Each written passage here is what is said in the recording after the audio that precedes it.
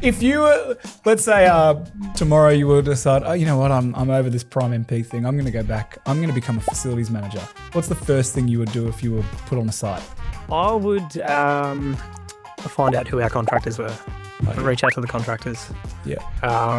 Introduce yourself. Yeah. Say hi. Yeah, pretty much. Yeah. Because I think they're probably the most important to be able to fix whatever needs to be fixed. I'd probably want to understand, so really understanding what's their priorities, because then I think then that generates your conversations that when you do catch up with your contractors, it's like, well, why do you come here as an electrician? Like, what's your focus when you walk into this building? Having those end conversations with your contractors to go, come to me with something new that's, I can go back to my landlord or my owner and say, hey, look at what the plumbers have brought to the table. Look at this new sustainable product. Welcome to another episode of the Let's Talk Facilities podcast. The podcast where we explore the insights, innovations, and impact of the FM industry. My name's Aaron. And I'm Ben. And today on the episode, we have Jimmy and Jake from Prime Maintenance Projects. Prime Maintenance Projects. They're a national service provider for the FM industry where they look after maintenance and projects and refits and all that sort of stuff. We talk in great length about how to operate really well, how to be a great service provider for a vendor. We talk about that relationship with the vendor and service provider. Yeah.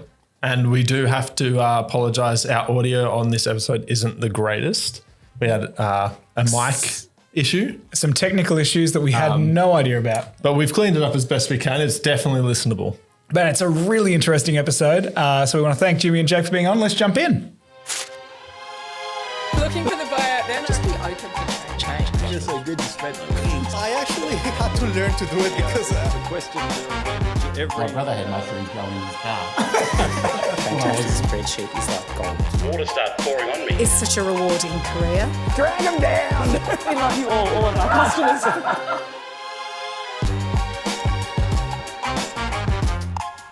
Well, Jimmy and Jake, welcome to the Let's Talk Facilities podcast. Thank you very much for having us. Yeah. Prime MP, Prime Maintenance Projects. That's the one. Yeah, how exciting to have you on. So you've been around the traps for a while in now different... Yeah, the grey hair probably shot. Hey, same. Yours is diet. Having in the industry lately, grey hair starts to probably come through now. And if that's a sign of how long I've been around in the industry, then you would have seen a bunch of changes in that FM space then, like especially post-COVID. Like, how is that affecting you guys and your day-to-day business as maintenance and projects? I've been fortunate enough over the years to work in a number of probably different businesses, client side, different service delivery businesses. Prior to COVID, took a little bit of hiatus away from the industry for a period of time there. And then right on COVID was when my brother and co-director of Prime decided to start Prime Maintenance. Yeah. So, really challenging period to want to start a business right in the midst of a pandemic. So, to talk about that. So, the timing wasn't great. We were both having young daughters, so we got looked at rather stupid. So from our aspect, we sort of avoided the market around an entity that really wanted to partnership with clients. There's a lot of businesses out there that offer similar services, and we understand that it's only competitors. You got to really kind of know your niche and what you wanted to connect with, and that was the feedback that we were getting from my industry sort of networks, being out of the space. And that was kind of why we established Prime to sort of fill a void around that partnership, goal driving, where do you want to get to? And that was the foundation for our establishment. And then obviously our other entities, which have sort of come to light post establishment. Because a lot of maintenance would be reactive. Is there an element that you're now with this partnership sort of mentality? Is it trying to help FMs become more proactive in looking after their spaces? Yeah, you'll never get rid of a reactive. Correct. Probably building maintenance is probably the one discipline which is, I would think, slowly sort of starting. I won't say it'll ever diminish, and you're 100% right in that aspect. I think the way COVID had an impact, especially here in Victoria, around OPEX and CapEx budgets for facilities managers and property managers alike, The gone are the days of, hey, I've got a wall. Mum with the daughters hit it with a trolley. Can you come and patch and paint it immediately? Kind of thing. And we're now sort of seeing a bank of work orders where that then turns into a larger project of rectifications and minor defects that get fixed under sort of one large allocation of some money. So the reactive stuff, unless it's high risk, safety, any sort of community impact to a patron, anything in that risk compliance space is now where the reactive maintenance has sort of become That would be more cost effective, grouping a bunch of them. Reactive work it's more now reactive, as in you come and fix the job, and then how can we stop that from happening again? Let's do that too. Bollards and things like that in preparation to stopping that. And the evolution of services too, where you might allocate a trade technician, every second Thursday for 8 hours, which is at a fixed cost, and then it's just sort of material. So from a budgeting exercise for our clients, it becomes a little bit more predictable. They know where their outgoings are going, what they can forecast, and then obviously the long-term upkeep. But COVID played a significant impact in the change in that landscape, very much so, and across a lot of service disciplines. Yeah. I think one of the biggest things I've noticed and seen from conversations, the biggest changes that FMs are now a lot more people focused over building focused. They're making their workplaces an experience. They're responsible for the people's experience as soon as they walk through the door. Not just making sure that the boilers are working and the HVAC system's running. And building sort of a partnership. Rather than just come and do the work. And getting whoever in. It's interesting that FM is such a broad term, right? In terms of what role clarity is and what the expectation is. So having been client side and worked with FMs closely, and then obviously being a contractor to them, it's the expectation is so far apart. Every organisation is different in terms of what they want. Sort of go back pre-COVID, you could have some really proactive conversations around sustainability initiatives. You had sort of the transparency to be able to just, or the autonomy probably more, just to be able to react, suggest something, and to get fixed straight away. So that wall getting painted got done. Now we're seeing such a high volume of turnover of facilities managers for a range of reasons. Salary expectations and the demand that's at such a shortage in terms of the technical FMs in the space where clients are wanting a technical FM.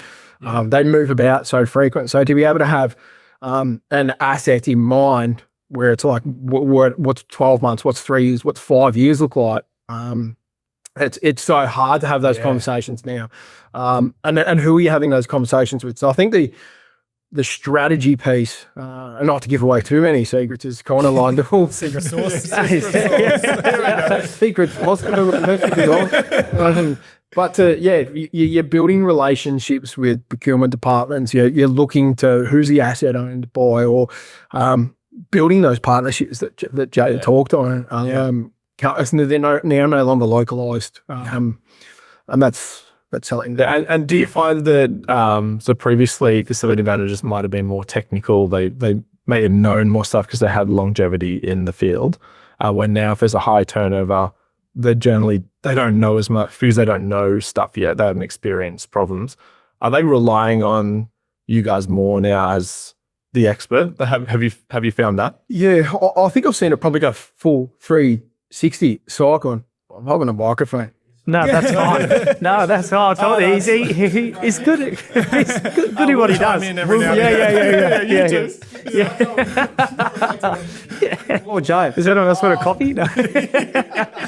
I guess it's probably gone full 360. I sort of go back, 12, 15 years ago, where it was like the security guard or the concierge, the cleaner, like they were on site 24/7. They were working the weekends. They knew what plant room, key open, block door if there was an emergency. And they were like, then there was this like, we've got facilities companies were bidding for an on-site person that became a facilities lead. Yeah. So they got given the keys to the show, and there was, you're 100% right, the lack of technical nous, or they weren't an engineer.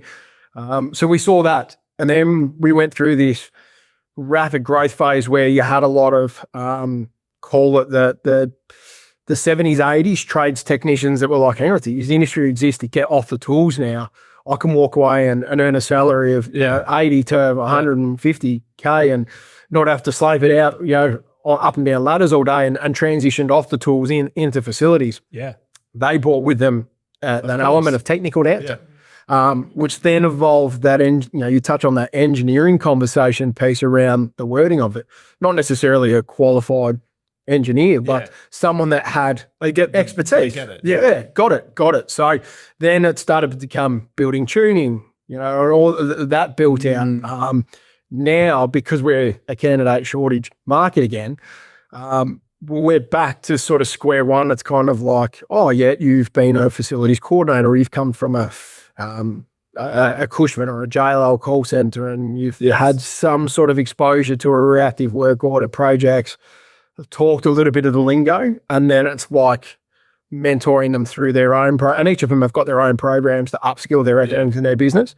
And that's kind of where we get to current day. To answer the question, there is a massive shortage in terms of understanding of technical, a whole range of things. But the biggest thing we see is around compliance, permits. Where's a permit applicable to? And there's so many challenges in our space at the moment. From it moving from the BVA to the Building and Plumbing Commission, that there's just so many evolving pieces that we're having to deal with. Yeah, that facilities managers should know. So they just don't. They don't. It's the hard part. Like if you get, you put a quote and it's like A and A, but A and B, sorry, and B's got an allowance for building permits and all that sort of stuff. And I feel sorry for some of the FMs. Like we've just been working with an account that every month and a half they've had a new FM in there. Yeah, and that makes it hard. It makes it hard. Like 4 FMs ago, they asked my team for a quote, and they quoted a full clean of all 15 levels, let's say, of the carpets. We came in, they did a full assessment report on the condition of the floors. Yeah, the new FM starts. Start for a square one. We're in their system, and they go, can you come in and quote? We've already done that. Yeah. And they go, can you quote for this? And they want something different. Yeah. The last one, who actually got us in finally to do it, at the start I said, do you have spec documents? She's like, what's a spec document? I'm like, if you don't know what a spec document is. Exactly. And I almost thought, no, the writing's on the wall here. We're going to go through another FM. She's not cut out for this. But other new phone number. That's it. But it makes it hard for trades and services to build that long-lasting relationship with and it curates so many, and it's something that we're working through with some of our valued clients at the moment. We've got a couple, and new national ops manager we've managed to bring on board. Blake comes from a building and compliance background. So we're building out where we're doing some presentations to the CBREs, the Night France, the JLLs of their FM and property team, just to help them almost like expedite and fast track them, just to get into a level of understand the processes. And permits that they need for us to be there. Things like that. And the impact, full path closure permits or traffic management. When does it when are you required and your obligations to get a building permit? What's just even the little things of like coming and fixing something and isolating your work area or a retail precinct or a hospital or in a live environment.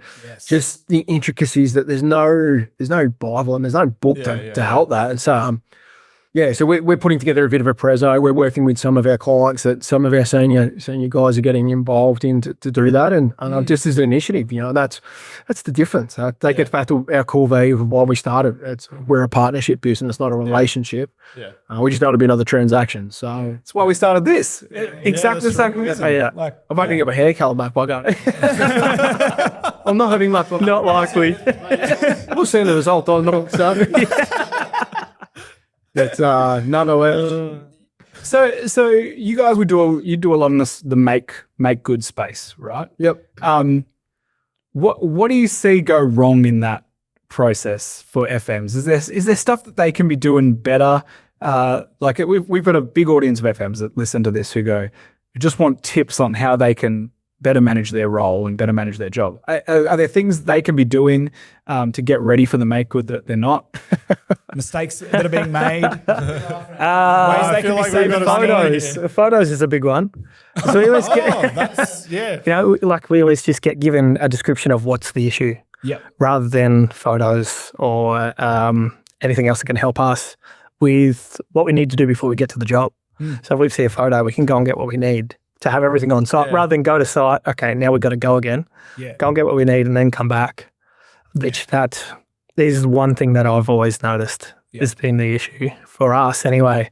Not that it doesn't take long to work out what's wrong for us, but You touched on the frequency of FM turnover, like the lack of as-built. Like, do you know what as-built is? I'm assuming as built, it's like as it was built. Like the shell. I just wanted to make sure we paused there. the like for like, Wow. The little face. Learn something. The other episode we talked about IoT. Yeah, well, do you know what IoT is? no. Exactly. I thought it was information of technology. It's information of things. Internet of Things. Right. Anyway, Yeah. That's a bit of change of thought. Yeah, sorry. Like I said, so the handover of information, as built, fit out guides, even, we're doing one at the moment, and who did the fire design to be able to go back and make those alterations. So having the historical data, and that's because there's just such a high turnover within our guides. It gets lost. It gets saved to hard drive, laptop, and so that information when you are pricing a job, often we've got an idea and a concept that we want to defit. And unfortunately, when they say that the tenancy agreement was signed off with the tenant, they might have been in there 15 years. No one knows what the obligations of their defit requirement are. Like, what do they got to make good on? Does it sit with them? Is it the base builder, the landlord's got to make contributions? So there's a whole range of things in that. And for someone coming in that isn't experienced, it's pretty daunting, right? But most of the time it's copy and paste. Here's a scope from another job that we've done over here on another shopping centre. Here's the standardised format of whatnot, but that's different to this application. You want a 24/7 gym that's right next door while you're doing the defit and you've got to jackhammer the floor. That wasn't the same as the last one. You might be in an office tower. Correct. You can't make noise from Can't grind your Exactly right. Goods lifts out of action because of this, or there's a restaurant upstairs that you can't do this and this and this. So there's all these little intricacies. And I think everyone's out to save the bar, and I get that. But if they spend, call it $500 as a round number at the start of a job, just to engage a builder, someone else, maybe our competitors, come in and scope it correctly, like where everything's covered off, because you don't want to be getting a scope and then it's like, oh, hang on a tick. Submit it to the landlord. You can't do that because of this, and then the cost increases because the time, if you to quantify everyone's time in that process at 120, 150 bucks an hour, you're 25, 30 hours down the traffic across multiple stakeholders. It's costing time is everything. Get it done right at the start. Know what you're looking for. Get as most accurate estimate as possible. And then if the job gains traction or interest, and then you can have the conversation with the tenant about what their obligations are or payouts, all that sort of stuff can come down the track. But I think engaging someone that's there to support you and get the best outcome, like if I got $500 at the start of a job to scope a job and we didn't pick it up because of our price was a couple of grand out, I'm not going to lose sleep because it just swings and roundabouts. It'll come round, right? So, but the peace of mind piece is it's getting done correctly. Everyone's playing off the same, when it goes out to 3 or 4 other builders, everyone's playing off the same platform. No one's assuming. And that's assuming is when mistakes get made. And we've got inexperienced staff, assumptions have been made. And that there's so many moving parts and different departments in these piece of organisations. It just opens up gaps for margin of error. So that's the biggest thing from what I reckon we could get better at. And then there's the standards piece, making sure the works are done compliant, electrical, plumbing, fire, and accounting right across the board. So That's it. How do you stay on top of all that compliance stuff as a business? yeah. I mean, for our business, we're not, other than the standard business regulation, is, we don't have specialist flooring regulator that we have to comply. It's like, It'll come one day. It's easy. Yeah. So you use it to an Australian standard that from reputable manufacturers. Yeah. I mean, you can't put MDF boards in a wet area because they'll swell and stuff. Yeah, we know the standard. Yeah, exactly right. With you guys, you've got Plumbing, electrical, like all that to everything. the compliance. I guess it's having a guru in your business that each service discipline. We'd like to think we've got a guru in that space, and that guru is someone that comes in that has the network contacts, is reading the newsletter that comes out from the BPC or NATA around a regulatory change. We've got licensing in a lot of states, so that there's complexities around that too. Because they all require different things as well. Yeah, great. So from an NCC and the plumbing AS codes, like there's not a lot that sort of changes on an immediate impact from a structural perspective or what design. But you rely on your architects, your engineers, your surveyors, especially and that's what they're there for. So when you get asked to put in an intertenancy wall that's 25 meters through and it impacts lighting, mechanical, fire, and all that sort of stuff. Whilst we know we've got our area checked off and we kind of know what's going on in other areas, you're engaging a surveyor and an engineer to go, hey guys, you haven't allowed for this here, or have you given some consideration to that? So that's why they exist, and that's been the big void around non-compliant works for a long period of time, that they just haven't been across it, and no one's really consulted it or stepped in to guide. So there's industry bodies, property councils, the Facilities Management Association, in terms of little things that they pipe in that are considerations. But on a day to day, it's sort of more the. And that's I think from all of our conversations across season one with some like long-term FMs, they've been in the game for a long time. They're just good at what they do. Give us the Put him on the spot. Mark O'Connell and Charles Hammerslag, and there's some seasoned veterans. Paul Saw, been in the game. They've been in the game for a while, and one common thread that was always brought up by them was you need to find industry partners, like what you've talked about at the start, that you can trust, because you can't know everything as an FM. And so you just need to be able to find someone that you can trust, who will come in and they're the expert in that field. Exactly right. With so many cowboys out in the industry who don't get the compliance stuff, they don't have someone on their team like you guys do that's a guru. It is important that FMs really are developing that relationship with people like you guys, like us, who are specialists in the field, who are going to come in and cause more trouble than it's worth, right? Yeah.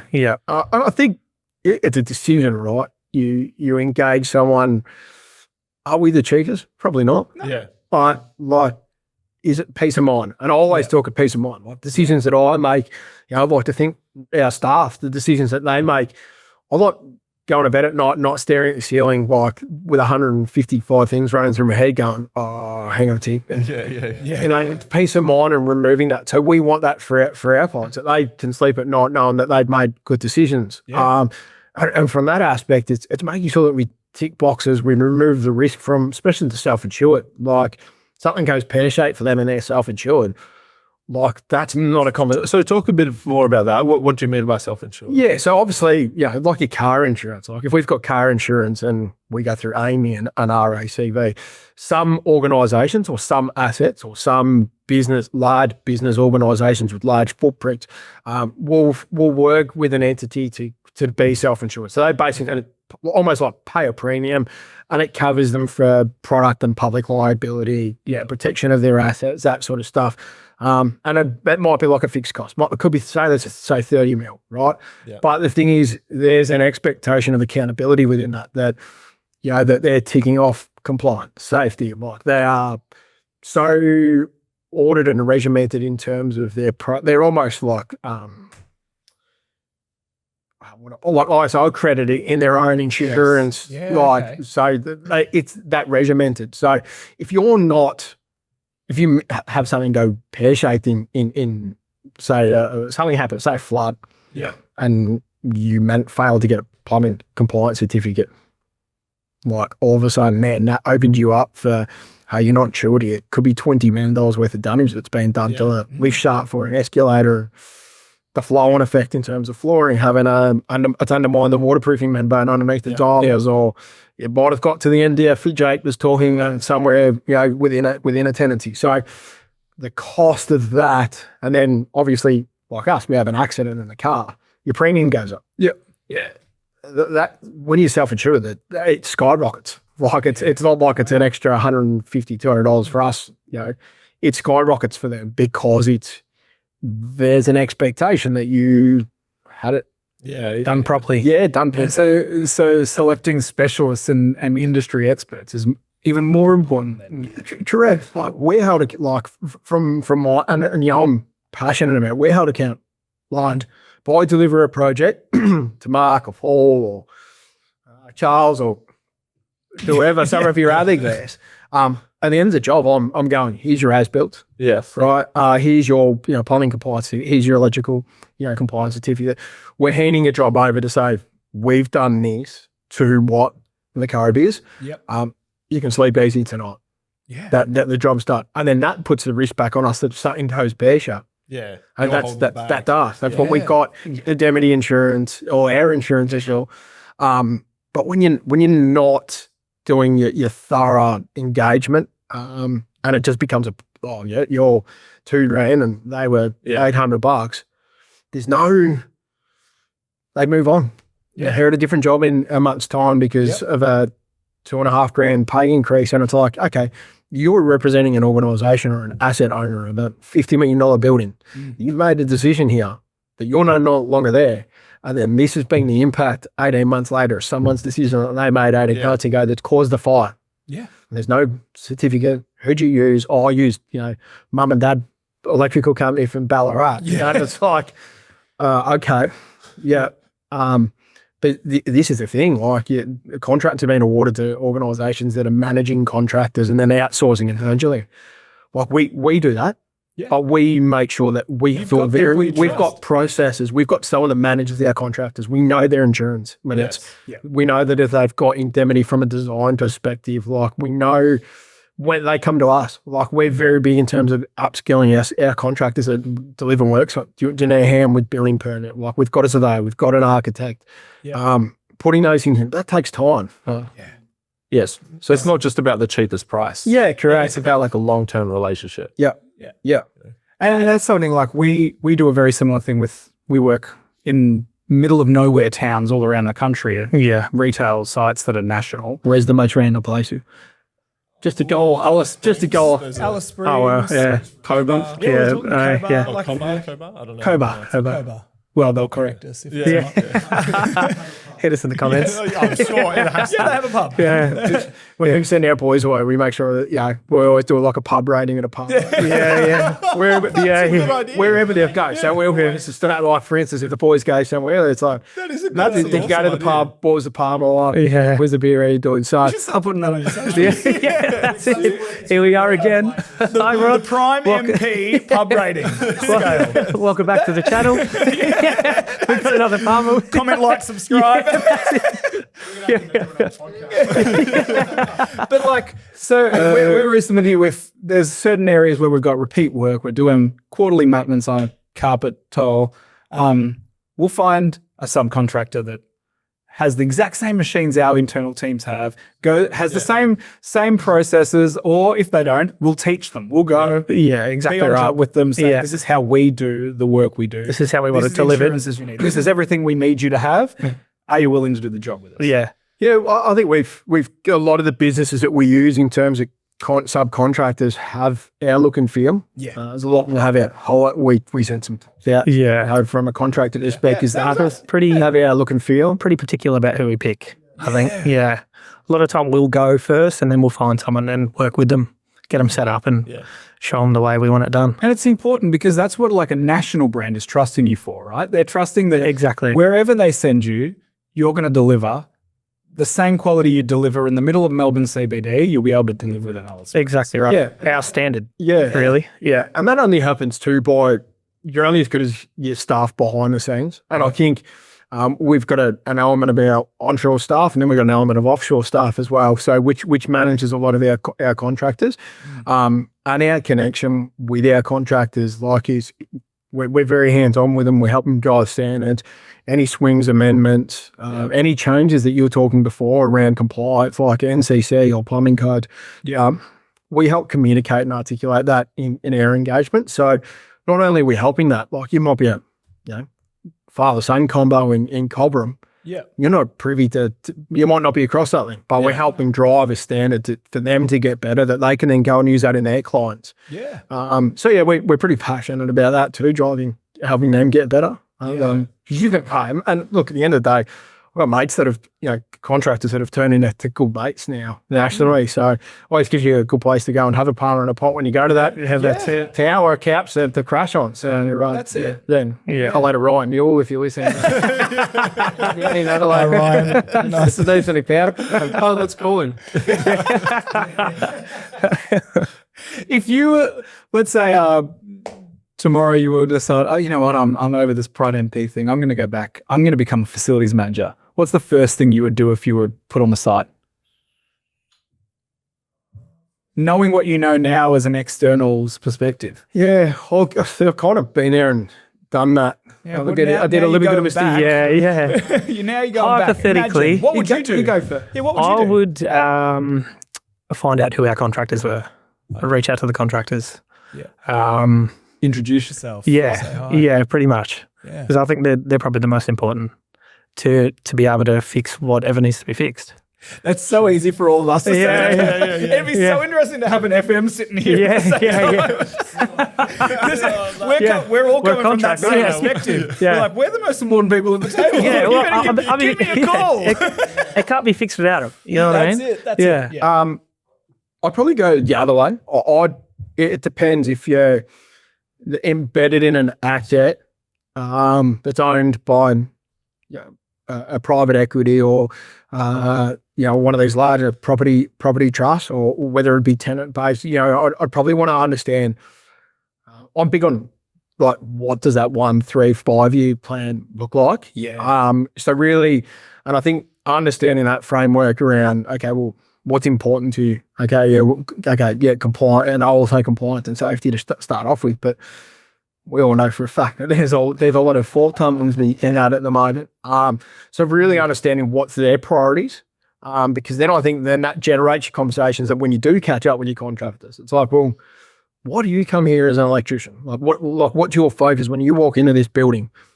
What are you here to do? Are you here to change the globe? And are you changing it with an inferior product? Are you just going through the motions when you come here, or are you coming here with open lens to go, okay, well, hang on to your things like ton of working for us. Come to me with a better solution that, it might be more expensive now to fix, but at longer term, come to me with some initiatives, some proactiveness. It's a big thing in our culture, proactiveness, think outside the square. So having those end conversations with the contractors to go, come to me with something new that's, I can go back to my landlord or my owner and say, hey, look at what the plumbers have brought to the table, or look at this new sustainable product, or hey, our builders have just done a defit in this project and there's a whole heap of old office furniture. We've got a new tenant that wants to come in. Do we jump on this opportunity to reuse and we can increase some of our sustainability targets? Looking at the cladding here, we see this disposed of so much, carpet tiles, the amount of product that goes to waste. The circular economy piece is so important. But you've got all these large retail portfolios, or you've got large Dexter's or Latata halls, and you'll be doing a defit on one floor, and no one talks about, hang on, I think we need that in another asset down there. We're about to go spend. We're about to spend $5 million on another project, and we've got 400 grand's worth of carpet tiles here that there's nothing wrong with them that we could repurpose. They've only been down. It was a spec suite, and then the person moving in, I was like, it was made good 3 weeks ago. And now this person comes and they want orange. So 100%. Yeah. Like, that's the product waste in this space is absolutely phenomenal. And we're another business idea. He's good. He's good. No one talks to the right hand doesn't talk to the left hand. Yeah. And off the back of that, there is multi-million-dollar waste in this industry. Everyone's got these policies of waste reduction, sustainability initiatives, like all that sort of. Yeah, I'll call it crap because that's just a Microsoft Word document that someone scribble on the bottom of it, and no one actually goes back to it and references. No. Stick to it. Stick to it. Like. We did a job, you can talk about it, the bench seat at Endeavour Hills from the tenancy defit, and then we recladded it out the front of the playground. Yeah, we did. It was that the one we sanded back? Yeah. Sanded back and repurposed. Recladding, and then we did the walls on the other side. Shut me, mate. Come on, you're killing me. Oh, in the shopping centre. Yeah. I'm with you now. So we had to move a little playground inside the shopping centre. Yeah. And one of the walls needed to be repurposed with the cladding on it had all fallen apart. Or we had to remove cladding from somewhere else. And we said to them, I was like, why don't we just put it on this wall? Because it's all the MDF started to pull apart and pull away from it. Yeah. I said, yeah, that sounds good. So we brought it from where we pulled it off. Brought it in, repurposed that, and it looked 10 times better than what they had. Solutions. Yeah. There's $1,000 shaved off a project. Exactly right. That's just one example. Like, you've got these shopping centre portfolios that things happen all the time. Like, you got one shopping trolley bay that's damaged at one, and then they'll go through this CapEx exercise. It's like, okay, Hannity, we need 500 of them replaced nationally on or 500. But you do it. Don't find a provider to go, okay, rather than just like solely focused on what your one entity is. That's the biggest thing that I'm pretty patient. One of my sales guys was working with I'm not sure if we should tell this. I won't name anyone. A pretty well-known Steve, company in the country who have strong sustainability targets, ESG goals. And they all do. Yeah, my sales guy was walking through the building with him of their main office tower and talking about carpet cleaning. He's like, oh, what do you do? Because you've got some stains here. Like, what do you do at the moment? The guy's like, oh, we've just got pallets of the carpet tiles down in the basement. If someone spills a coffee, we rip off that toe and replace it. Our minds were blown. What is that? Oh, the weight? Yeah, cool. It's like, yeah. It's easier and paying to get it clean. Well, it's more expensive for you in the long run to do that, but it's also wasteful. Like that coffee's and you'll end up with a checkerboard. Yeah, like over time, that carpet's going to fade, and you've got a brand new. It just looks like a dog's breakfast. But yeah, it's just the waste. Just hard. It blows me away. I can't even tell you. Like, we did a defit October, and but the thing is all these organisations that were out there that you could donate that to, post-COVID, like you got warehouses full of stuff, and no one goes back to them to take that stuff, and they're kind of like, we don't want any more. That's the problem. Yeah, we want it out of here. How do you there's good stuff that you're ripping out of these defeds, but where does it go? Where do you find someone that wants it? Yeah. Well, there were a couple of industry bodies that saw a market for it, and kudos to them. Like, highly respect that that's what they were set up to do. But the thing is that all these fit out contractors, like, we're getting a new fit out, and it's everyone wants the best of everything. Yeah. And that's society at the moment, right around there. It's the new car, the latest iPhone. Everyone wants the latest Chevelos, it's that influence. It's in cupboard, yeah. It's a new colour. Yeah. Kudos, Chevelle, if you're listening. but from that aspect, We'll get them on. They can rebut that. Yeah. You guys got any litigation? Like, Not yet, but I'm worried about it after this episode. Let's take that out. No. there's nothing wrong with the orange one that was done out in the spec suite that is brand new, but that gets taken out. It goes somewhere. No one actually goes back to these recycle places and says, well, hang on a tick. So you've got everyone that's price driven in the market. I mean, this is what I can't understand. You've got everyone that's price driven that, we don't want a $1.5 million fit out. We've only got 800 to spend. Yeah.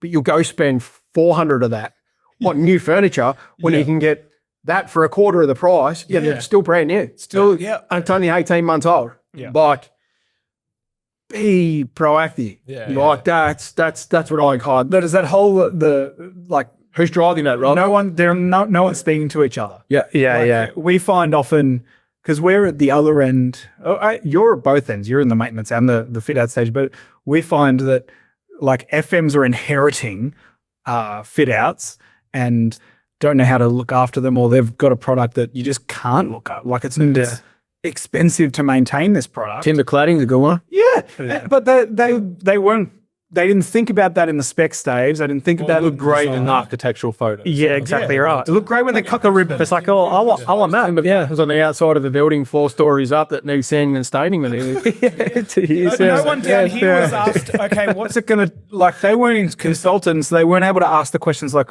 well, what are we going to need a budget to look after this? Yeah. And so then they don't have that budget. In 2 years' time, they've got to rip it out because. Yeah. See it every day of the week. Yeah. See it every day of the week. Yeah. BCCC's a good one. The purple glass, the purple glass, Cancer Centre on top of Flemington Road. Yeah. And they've got the glass. Yeah. Like that purple glass was like a one-off production. So finding a glazier to redo that purple glass, shout out to those listening. We know me well, thank you for the purple glass. But it was important in time. So a lot of these are part of buildings, a lot of these new buildings where the glass is brought in via multiplex or milled or pro-built back in the day. It's not a film, it's not a tint on the window, it's actually a glass, the kind of glass. So it's impossible to replicate. But it might be a curve in the glass, the colour in the glass, it might be the size in the glass, but no one gives any consideration to if something goes pear-shaped, how do you prepare it? And the cost is... I can imagine. Yeah. It seems really good at the time to bring in. Geez, it looks good. Fabricating, but now, like you get a one-off where something happens, BMU or heaven forbid someone cracks a pane of glass in a building. How do you find that in your OPEX? And then you got to wait for CapEx budget. And then if your CapEx budget's certain amount and then the glass takes up 5 to 10% of it.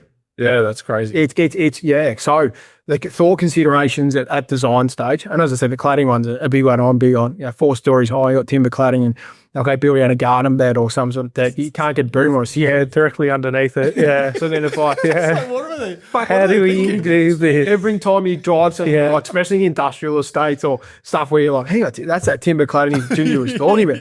And then turn things on abseiler, stand like the other side of the building, sanding timber battens. How ludicrous does that sound? Like in the context of things.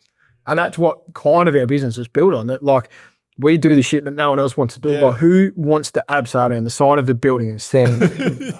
Someone's got to do it. About a specialist, like a niche. I'm a timber finisher. Abseiling. Do you get on the abseiling? No, I wish. I would, yeah. Shut that down. I'm going to figure out what, Steve. Yeah. So, there you go. Well, that's fascinating. Both of you, if there's one, as we get ready to wrap up, anything you haven't got to say that you'd like to say? Yes. I think, I'm a very big culture person in our business. Yeah. We surrounded ourselves with some really good business mentors from other industries and other businesses alike, and then guiding them to be where we are today. We wouldn't be here without them. And I'm a big believer in terms of our staff too that have been there. And I brought Jake in today. I could have brought Dave, my brother, who's director, or anyone else. But Jake's been with us from day dot, and from a culture piece, and I know he's big on his heritage piece, and that's something that it's something that the industry is getting better at in terms of governing organisations. But I'm big on supporting Indigenous employment and Jake on his journey and growing as an individual. And I think there's a lot to learn in terms of that. So and I'm like you, mate, new to the industry. So learning from the best, I suppose. As he hasn't bloody shut up. No, You're somewhat new to the industry. You've been in carpentry. I've been in building industry for a very long time, but as far as the facilities management side of things, yeah, it has. But just learn the ins and outs of how everything works compared to just the regular carpenter, I suppose, in building industry. So, no, it's good. It's important that it's not faked, that stuff. Or like, like you hear the companies that are rainbow washing, and then all of a sudden a different government comes in and they're not helping the LGBT community anymore. They're, hands off. And all rainbows. It's the same with Aboriginal community, right? Like exactly. We can't just be pretending to wave a flag or pretending to get on board with this. It's got to be reality. And there's all these reporting and whatnot. Like we live and breathe it every day. Like we're big in terms of the boys, their background, wanting to help them grow their own business. And in reflection, I'm honest, it helps grow everyone's brand attached to it. But for us, it's our commitment to the space, and the boys are being family. They're long-term family friends of ours, and we wouldn't be where we are without them. And there's a few other stuff behind the scenes, and shout out to them. But one thing that we are big on is living and breathing our values as a business and culturally what we stand for. So pushing that. I think you mentioned that word, authenticity. Like what you see is what you get with us. Right. Are we everyone's cup of tea as a business? There's going to be some people, but it's that partnership, it's the intricacy, knowing what you get from us. Yeah, man, that's awesome. And I think if the culture's right in your business, your people want to be there. They're going to do a better job, so then it's going to be a better outcome for everyone. Yeah, exactly right. Yeah. Right. Awesome. So much for jumping on podcasts. No worries. Yeah. If there's FMs out there, they're wanting to get in touch, tell us a little pitch about Prime MP before we finish, and then how they can reach out. Yeah. We'll put all the contact details in the post. Prime maintenance projects, general building, minor works, reactive maintenance, planned maintenance, plumbing, electrical, handyman, building construction. We can project manage everything, traffic, everything, lane rectifications. What have I missed there, mate? Come on. Self-deliver. Yeah, we self-deliver initially. Yeah. Got one of the largest subcontractor networks regionally. So if you've got a national portfolio or something regionally, there's nothing that we won't look at. Exactly. I mean, if we don't, we'll point in the right direction. Yeah, that's it. Good. And if we can't get it, we will work it out. That's good. That's important. Yeah. More just guiding you, like holding our clients at the end of the right outcome. So I think that's about it. Awesome. Well, thanks for jumping on. Too easy, lads. Thanks for having us.